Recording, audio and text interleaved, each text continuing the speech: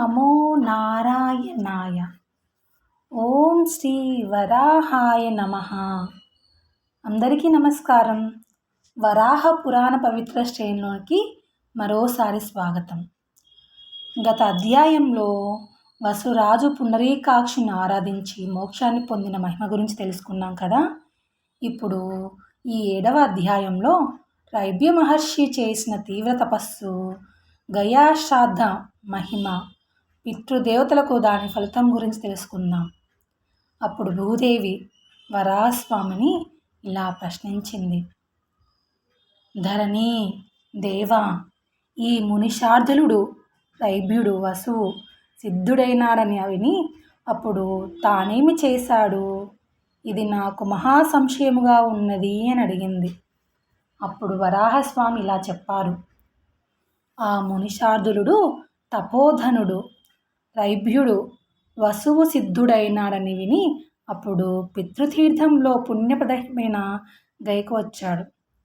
అక్కడకు వెళ్ళి భక్తితో పిండ ప్రదానంతో పితృగణానికి తృప్తి కలిగించాడు.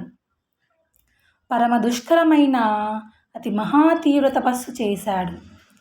దీశాలి ఆ రైభ్యుడు తీవ్ర తపస్సు చేస్తుండగా ఒక అతి దీప్తిమంతుడైన మహాయోగి విమానంపై వచ్చాడు. ఆ విమానం సూర్యునిలా వెలుగుతూ నలసంత పరిమాణంలో శుద్ధంగా ఉన్నది. అందులో ఉన్న ఆ దీప్తిమంతుడైన పురుషుడు పరమాణువు అంత ఉన్నాడు. అతడు సువ్రత రైభ్య, ఏమి పనిపై తపస్సు చేస్తున్నావు అని అడిగాడు. ఇలా అడిగి ఆ పురుషుడు భువికి దివికి నడుమ వ్యాపించి మహారూపం ధరించి ఉన్నాడు. అతడు రైభ్యుడు 5 రథాలంతై సూర్య సమానమై రోదసిలో వ్యాపించి ఒకేసారి బ్రహ్మాండమంతా వ్యాపిస్తున్న విమానాన్ని చూచాడు. అప్పుడు రైభ్యుడు ఆశ్చర్యంలో మునిగి తేలుతూ ప్రణామం చేసి, మహాయోగి, నీవెవరవో నాకు చెప్పు అని అతనిని ప్రశ్నించాడు. పురుషుడు, నేను రుద్రుని తమ్ముడను, బ్రహ్మ మానస పుత్రుడను. నా పేరు సనత్కుమారుడంటారు. నేను భూలోకానికి పైన ఉన్న 5వ లోకమైన జనలోకంలో నివసిస్తాను. తపోధన ప్రేమ వల్ల నీ వద్దకు వచ్చాను నాయనా. బ్రహ్మకులవర్ధన, సర్వదా ధన్యుడవు అన్నాడు. రైభ్యుడు, యోగివరా, నీకు నమస్కారం. ప్రసన్నుడు అగుము. విశ్వరూప, నాపై దయ చూపిస్తున్నావు. నా కర్తవ్యం ఏమిటో చెప్పు. యోగిసింహ, నీవిప్పుడు నేను ధన్యుడను అన్నావు కదా, ఎందువల్ల అని అడిగాడు. అందుకు సనత్కుమారుడు రైభ్యునితో ఇలా అన్నాడు. బ్రాహ్మణ ముఖ్య, నీవు నిజంగా ధన్యుడవు. నీవు గయచేరి వేదాలపై ఆసక్తి కలిగి సర్వపిండాలతోనూ మంత్ర వ్రత జప హోమాలతోనూ పితృగణాన్ని తృప్తిపరుస్తున్నావు రాజా. విను, మరొక నరపతి ఉండేవాడు. అతని పేరు విశాలుడు. విశాలపురంలో ఉండేవాడు. అతడు పుణ్యాత్ముడు, శత్రుఘాతకుడు, ధైర్యము కలవాడు. కానీ అతనికి పుత్రులు లేరు. ఆ విశాలాధిపతి ఒకానొక సమయంలో ఉత్తమ ద్విజులను పుత్రుడు కావాలని అడిగాడు. సత్వగుణ సంపన్నులైన ఆ బ్రాహ్మణులు, రాజా, గయకు వెళ్ళి అనేక అన్న దానాలతో పితృగణాన్ని తృప్తి చెందించు. రూపేశ, నీకు గొప్ప దాత, సకల భూమికి రాజు కాగల సుతుడు తప్పక జన్మిస్తాడు అన్నాడు. ఆ బ్రాహ్మణుడు అలా చెప్పేసరికి ఆ రాజు విశాలాధిపతిగా బాగా సంతోషించి పనిగట్టుకొని వచ్చి ఆ ఉత్తమ తీర్థంలో మాఘ నక్షత్రంలో భక్తితో యథావిధిగా ప్రయత్నపూర్వకంగా పితృగణానికి పిండ ప్రదానం చేశాడు. అంతలో ఆ రాజు ఆకాశంలో తెల్లగా, పచ్చగా, నల్లగా ఉన్న 3 మూర్తులను చూచి, మీరెవరు? ఈ సమయంలో ఏ పని మీద వచ్చారు? అలా ఊరికే ఉన్నారు ఎందుకు అని నా కుతూహలం ఎక్కువవుతుంది అన్నాడు.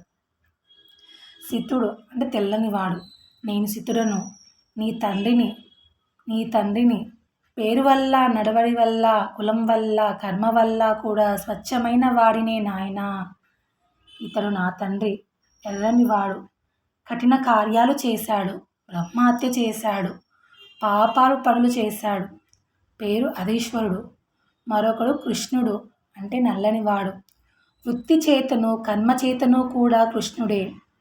ఈ కృష్ణుడు పూర్వజన్మలో పాపకారి అయి ఎందరో పురాణ ఋషులను సంహరించాడు.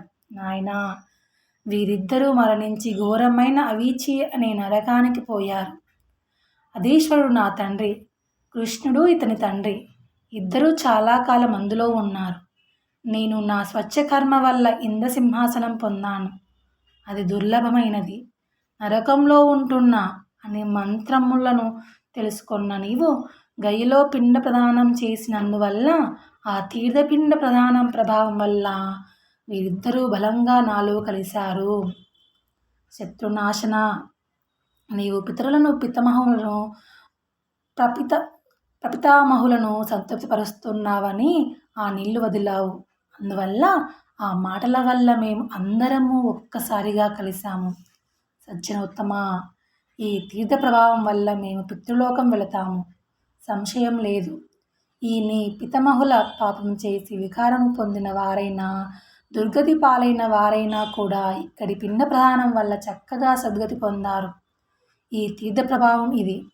ఈ తీర్థంలో పితృపిండ ప్రదానం వల్ల బ్రహ్మహత్య చేసిన వానికి కూడా అతని కొడుకు ఉద్ధరిస్తాడు. నాయనా, ఈ కారణం వల్లనే వీరిద్దరినీ కలుపుకొని నిన్ను చూడాలని వచ్చాను.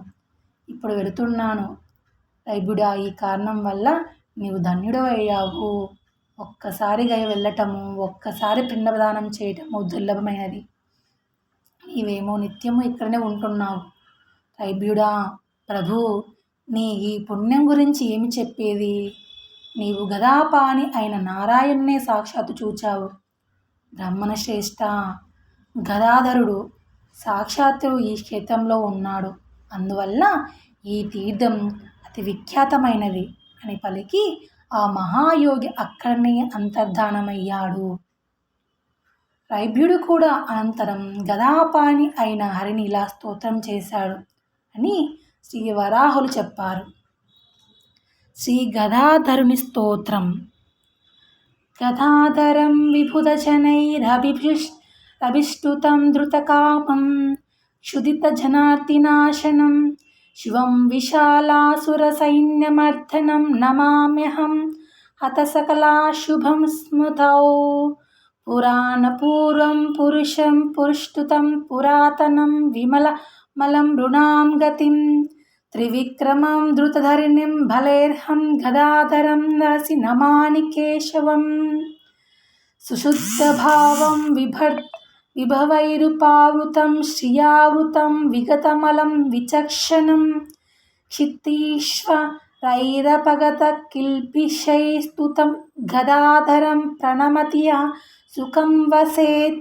సురాసురైరర్చిత పాదపంకజం కేయూరహారంగదమాలిధారిణం అప్తోషయానం చ రథాంగపాణినం గదాధరం ప్రణమతియా సుఖం వసేత్. సితం కృతే త్రేతాయుగేరుణం విభుం తదా తృతీయే పీతవర్ణమచ్యుతం కలౌఘనాలి ప్రతిమం మహేశ్వరం గదాధరం ప్రణమతిః సుఖం వసేత్.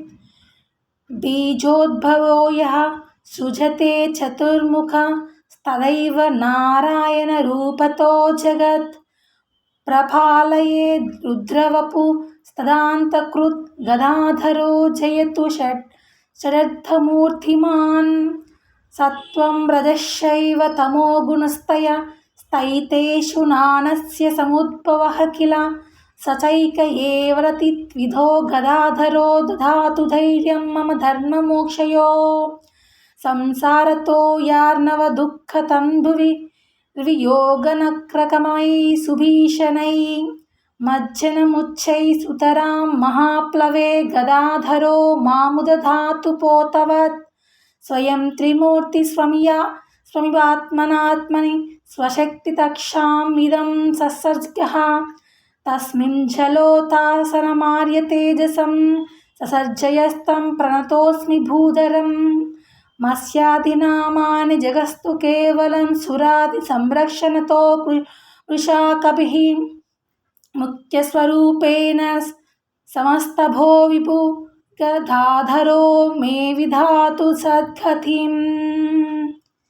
భావం ఏమంటే, విభులచే స్తుతింపబడిన వాడు, వహించినవాడు, ఆకొన్న వారి ఆర్తులను నశింపచేసేవాడు, శుభప్రదుడు, విశాల రాక్షస సైన్యాలను మర్దించేవాడు, స్మరిస్తే సకల శుభాలను హరించేవాడు అయిన గదాధరునికి నేను కైమోడుస్తున్నాను. పురాణ పురుషుడు ముందు స్తుతింపబడేవాడు, పురాతనుడు, కల్మషరహితుడైన నిర్మలుడు, నరులకు గతి త్రివిక్రముడైన పెరిగి బలి నుంచి ధరిని హరించిన వాడు కేశవుడు అయిన గదాధరునికి రహస్యంగా ప్రమిల్లుతున్నాను. విశుద్ధ భావుడు, పరివేష్టితుడు, శివరించినవాడు, విమలుడు, విచక్షణుడు, కల్మరహితులైన తీశ్వరుల చేత స్థింపబడినవాడు అయిన గదాధరునికి జోహారు చేసినవాడు సుఖంగా ఉంటాడు. ఆయన పాద పంకజాలను సురాసురులు అర్చిస్తారు. ఆయన బాజోబందులు, హారాలు, కిరీటము ధరిస్తారు. కడలిలో పవరిస్తాడు. చక్రపాణి, ఆ గదాధరునికి జ్యోతి పెట్టినవాడు సుఖంగా ఉంటాడు. గదాధరుడు కృతయుగంలో తెల్లగాను, త్రేతాయుగంలో ఎర్రగాను, మూడవ యుగంలో నీలంగాను, కలియుగంలో మేఘంలాగాను, తుమ్మెదలాగాను ఉంటాడు. సర్వవ్యాపకుడు, నాశరహితుడు, గొప్ప శాసకుడు. ఆయన వివాదం చేసిన వాడు సుఖంగా ఉంటాడు. గదాధరుడు సృష్టికి మూలమై చతుర్ముఖుడై జగత్తును సృష్టిస్తాడు. నారాయణ రూపంతో పాలిస్తాడు. రుద్ర శరీరంతో సంహరిస్తాడు. అట్టి మూడు మూర్తుల గల ఆయన సర్వోత్కృష్టుడై వర్ధిల్లాలి. సత్వరజస్తమో గుణాలు మూడింటిలో ఏది మరెవ్వరినీ ఏర్పడలేదు. ఆ గదాధరుడొక్కడే ఆ మూడింటి రూపమైన వాడు. ఆయన ధర్మమోక్షాల విషయమై నాకు ధైర్యం కలిగించాలి. సంసార జలదిలోని దుఃఖం కలిగించే అతి భయంకరములైన ఎడబాటు, మృత్యువు అనే మొసళ్ళ విజృంభణం వల్ల పెను వెలువలలో పూర్తిగా మునిగిపోతున్న నన్ను గదాధరుడు ఓడలా పైకి దాటించుగాక. స్వయంగా తానే తనలో త్రిమూర్తులై స్వశక్తితో ఈ బ్రహ్మాండం సృష్టించాడు. అందులో ఆర్య తేజస్వి కమలాసుని సృష్టించాడు. బూధునికి ప్రణమిల్లుతున్నాను. ఆ ఉషాకపి దేవాదులను సంరక్షించడానికి మత్యాధినామాలు పొందుతాడు. ముఖ్య స్వరూపంతో సర్వత్రా వ్యాపించి ఉండే వ్యాపకుడు గదాధరుడు నాకు సద్గతిని అనుగ్రహించాలి. ఈ విధముగా భక్తితో బుద్ధిశాలి అయిన రప్యుడు సృజించేసరికి పీతాంబరుడు, జనార్దనుడు అయిన విష్ణుమూర్తి వెంటనే ప్రత్యక్షమయ్యాడు. ఆ పురుషోత్తముడు చేతులతో శంఖచక్ర గదులు ధరించి గరుత్మంతుని అధిరోహించి ఆకాశంలో ఉండి గంభీర వాక్తో, జితోత్తమ రైభ్య విభు, నీ భక్తికి స్థితికి తీర్థ స్నానానికి సంతోషించాను.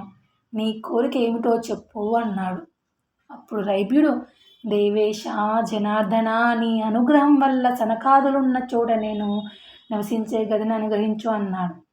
విష్ణుదేవ భగవానుడు బ్రాహ్మణాడా అట్లేవుగాక అని పలికి అంతర్ధానమయ్యాడు. రైభ్యుడు సంతోషించి విష్ణుదేవుని అనుగ్రహం వల్ల క్షణంలో దివ్యజ్ఞాన సమన్వితుడైనాడు. సనకాది మహర్షులు, సిద్ధులు ఉండే చోటికి వెళ్ళాడు. రైభ్యుడు చేసిన గదాధర స్వరూపుడైన విష్ణుని స్తోత్రం పఠించిన వారికి గయకు వెళ్ళిన పిండ ప్రదానం చేసినంత కంటే విశేషమైన ఫలితం లభిస్తుంది. అంతే అండి. 7వ అధ్యాయము వరాహపురాణంలోని 7వ అధ్యాయం. మీకు కనుక ఈ వీడియో నచ్చితే ప్లీజ్ లైక్ చేయండి, షేర్ చేయండి, సబ్స్క్రైబ్ చేయండి. అదేవిధంగా కమెంట్లో ఓం నారాయణాయ, ఓం శ్రీ వరాహాయ నమః అని కమెంట్ చేయండి. Thank you. మీరు చేసే చిన్న లైక్ నేను ఇంకొన్ని వీడియోలు చేయడానికి నాకు మోటివేషన్ అవుతుందండి. Thank you.